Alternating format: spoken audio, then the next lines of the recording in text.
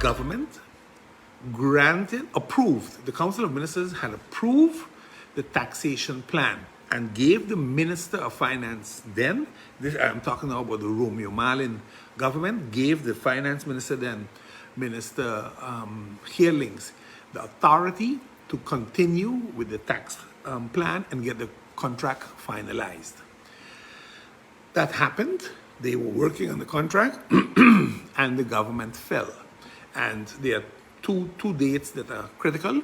On the 15th of November, the contracting partners sent the government an email and said, listen, we need to finalize this thing urgently. On the 18th of November, the government said, we are in accordance, we agree with the contract, it's time to sign. And I think on the 18th or the 19th of November, the government went home. Now, because the minister was granted the authority by the Council of Ministers to finalize the contract, an email was sent to the contracting partner telling them, we're in agreement with the contract, let's sign. That was considered enough for the judge to state there was an agreement, and because of such, the contracting partner, Bearing Point, has the right to their claim. That is putting it short, as compact as possible.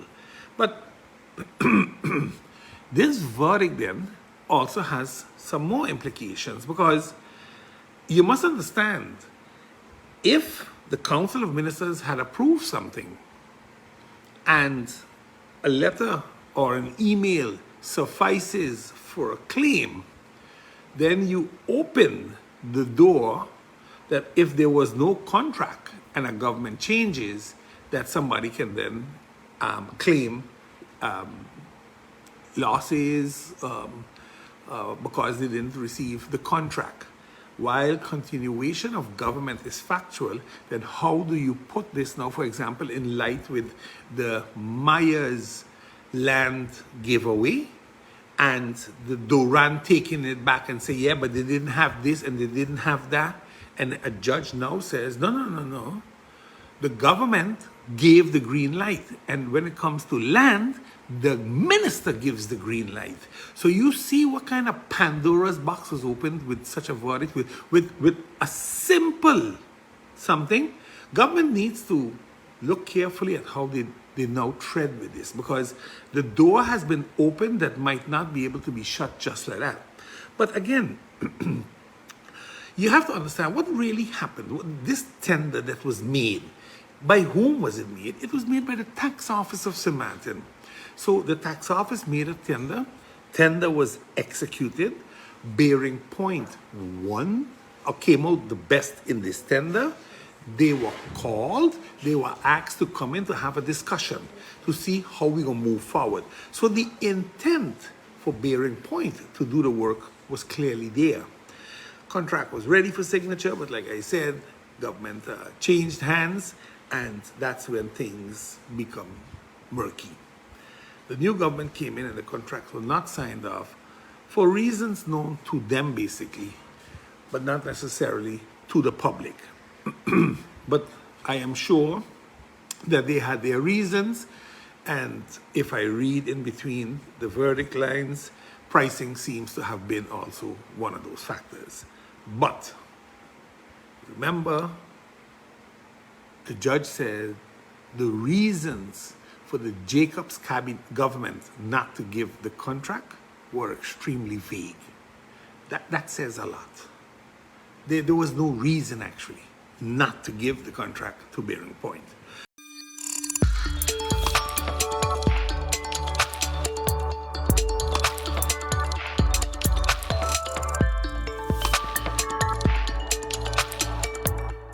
Mealtime rules. Don't serve yourself first. Do not eat with your mouth open. Don't rest your elbows on the table. Don't make noise when eating. Does not apply when enjoying KFC buckets.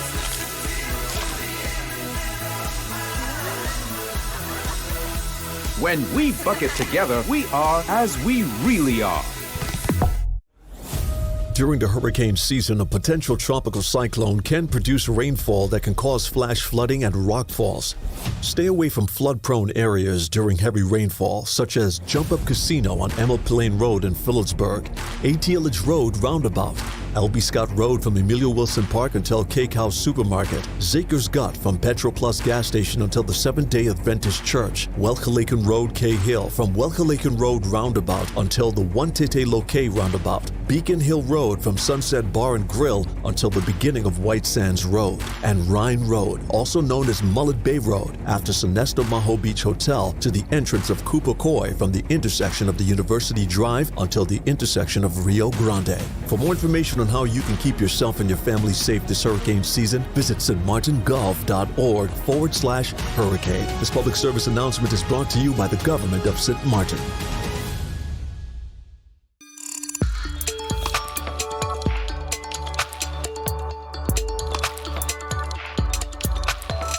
The UK and Europe, by extension, are imposing visa restrictions on countries that have decided to offer a citizen by investment program.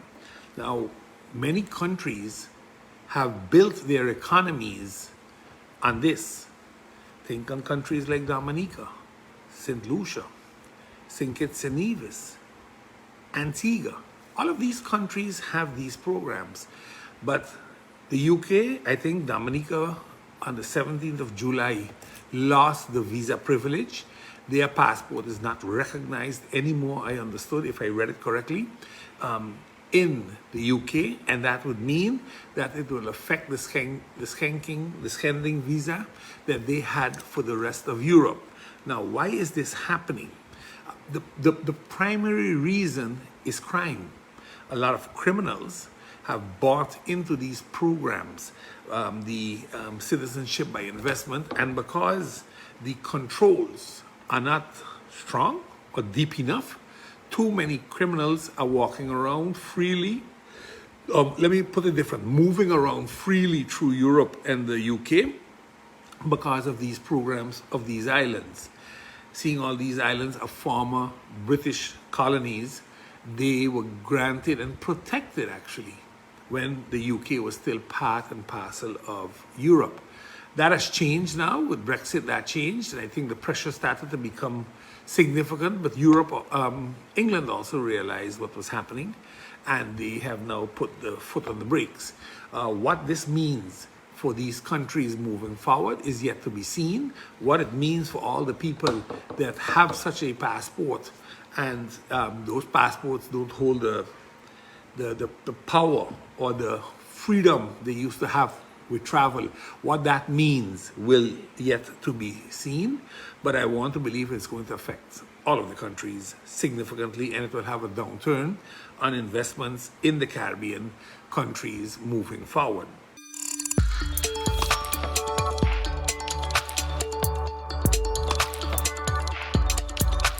Despite widespread condemnation after CBC News first reported the attacks, homeless people in the city continue to be battered, supposedly by a group of young people. A man there for point base, they know the cut the man in face, and then a big for kicking at a man. And I said, leave the man alone, and we call the police. So they were cooking and see who is that talking. Last night I was here when they come on last night. I talk this morning at all. The way to your pattern big ones and thing. And people look back at them. And quickly after the police will come, they run and disappear. The voice of a vagrant who takes shelter under the old Treasury building.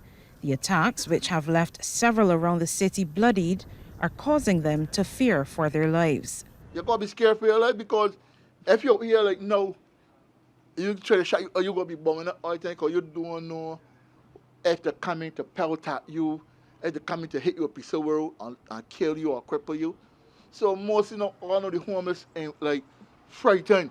President of the Barbados Alliance to End Homelessness, Kimar Safri, condemned what he called sick and vicious attacks that, according to him, have been happening over a period of months, but have only recently come to light.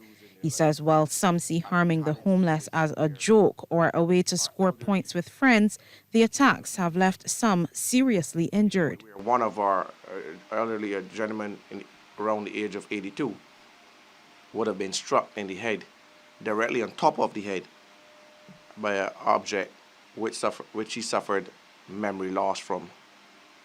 We're bringing the medical team this evening to address this issue and to help however we can for the persons that have not yet gone to the hospital, because they may be taking their injuries lightly, but we know what head injuries could cause. If it doesn't affect you today, it can affect you later down, and especially for elderly person or some of our elderly persons that would have been struck. Stressing that the acts must not go unpunished, Mr. Safri confirmed the alliance has been working with the police. When these perpetrators are found, the full weight of the law need to be handed to them. I also think that the parents need to be held accountable, because if it is what I'm hearing, that some of these are below the age of 16, at 16 years of age, you're on the streets between 2 o'clock and 3 o'clock, doing foolishness. The parents should be held accountable. In the meantime, he's worried about further attacks, as he says homeless people have been congregating in high-trafficked areas for safety, but are inadvertently making themselves easy targets. Sharika Griffith, CBC News.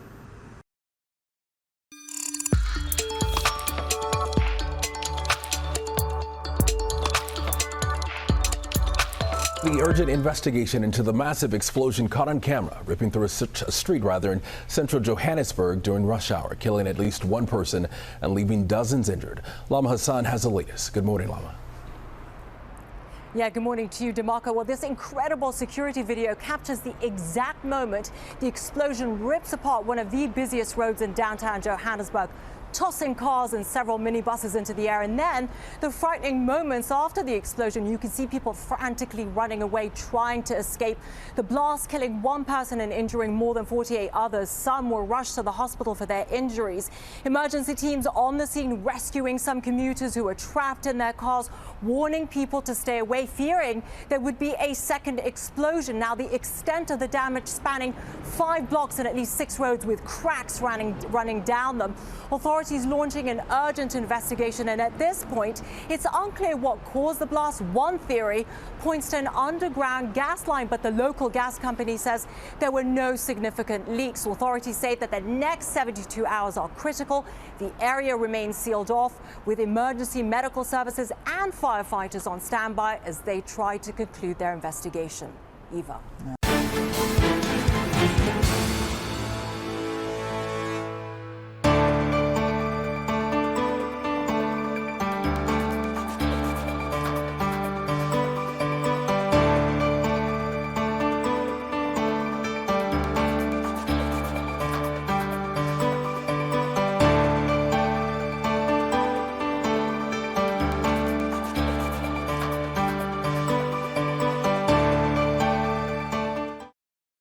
With you, the new Taco, a combination that will surprise the most curious palates. Combining the deliciousness of KFC chicken and the practicality of a taco with a doubly delicious ergonomic shape. Wow! Compatible with all types of bites. New Taco. Enjoy a double-breaded chicken breast with our secret recipe. Cheese, lettuce, and tomato. New Taco, the innovation that's in everyone's mouth. It's hurricane season. Are you prepared? Here are a few tips to keep in mind to help keep you and your family safe. The Atlantic hurricane season runs from June 1st to November 30th, with the peak occurring between mid-August and late October. This hurricane season, be sure to put together a go bag. A disaster supply kit including a flashlight, batteries, cash, first aid and supplies, medications, and copies of your critical information if you need to evacuate. This public service announcement was brought to you by the government of St. Martin.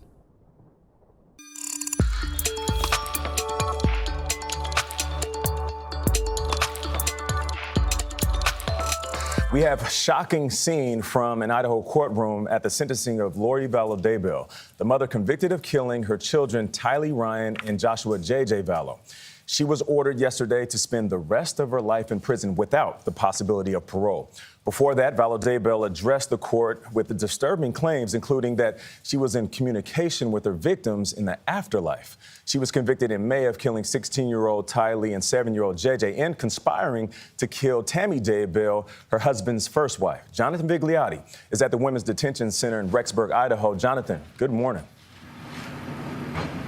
And good morning to you, Nate. This is where Lori Vaile Daybell is staying before she's transferred to a prison where she will spend the rest of her life. Yesterday was the first day in more than 3 years we heard from her, and it was disturbing and bizarre. A judge telling her that she was living a life, what he called, of a religious rabbit hole.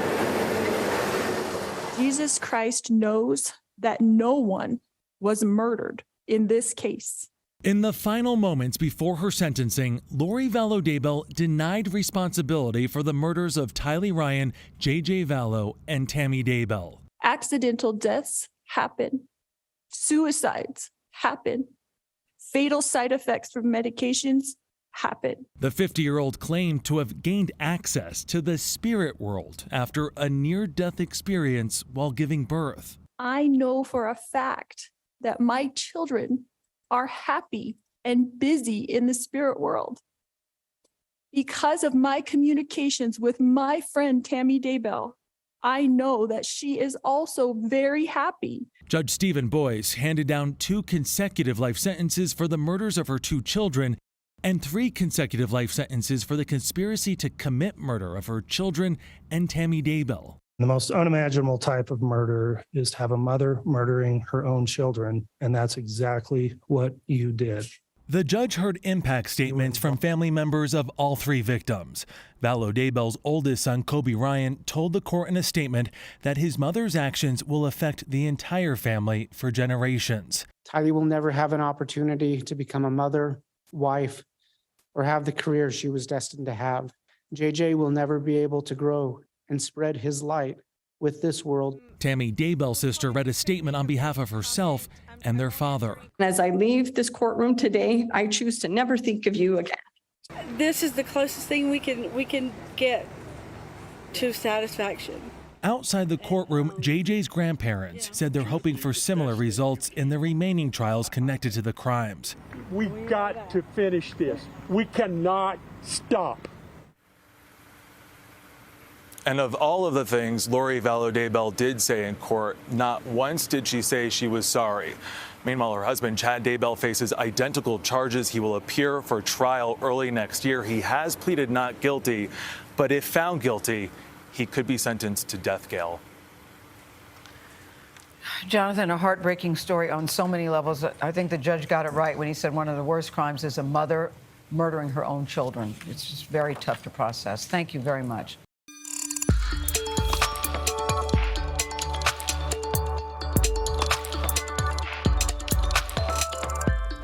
The UK has announced that it will grant hundreds of new oil and gas licenses in the North Sea, ignoring calls from environmental campaigners and the United Nations to stop developing new fossil fuel projects.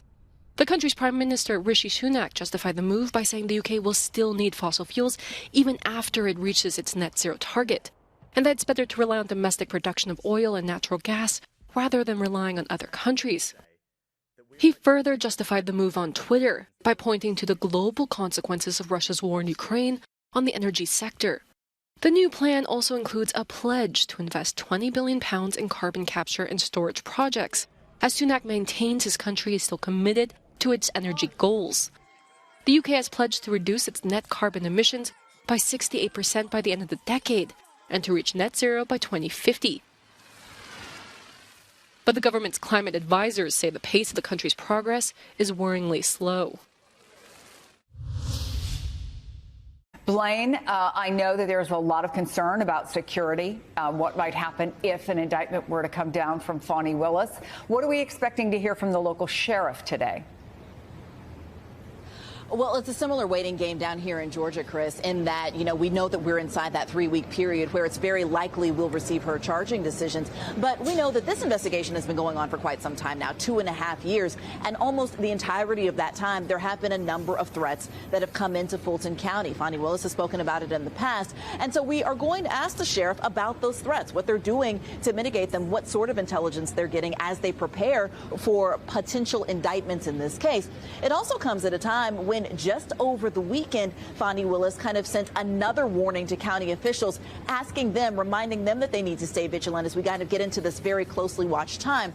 We just obtained an email this morning that was sent to Fani Willis, by Fani Willis to a number of county commissioners, where she forwards a piece of hate mail that she received from an anonymous sender last week. I want to read you a little bit of that. A lot of the words I can't even say on TV. It was a very quick email, but they call her the N-word. They use another word that I can't say, describe her as a Jim Crow Democrat.